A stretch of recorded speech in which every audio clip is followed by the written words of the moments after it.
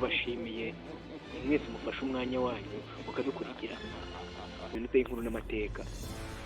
Ku mpera y'ikiganiro kirangiye muraza gukurikira inkuru.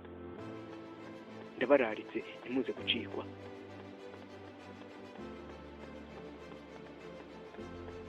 Ndongeye mbahaye ikaze.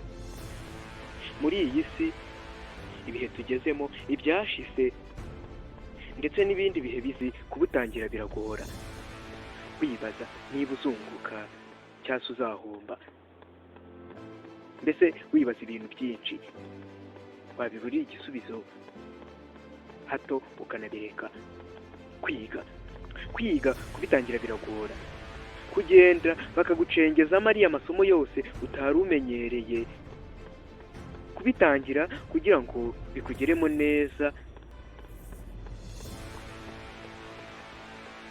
Hari benshi bafite imishinga myinshi mu mutwe, ariko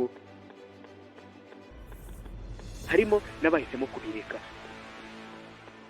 Ariko hari abakomeje.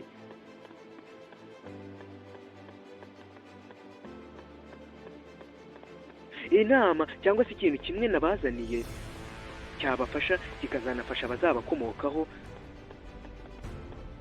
kandi cyagufasha gutsinda ibyo byose twabonye, nta kindi kwihangana, ntucike intege.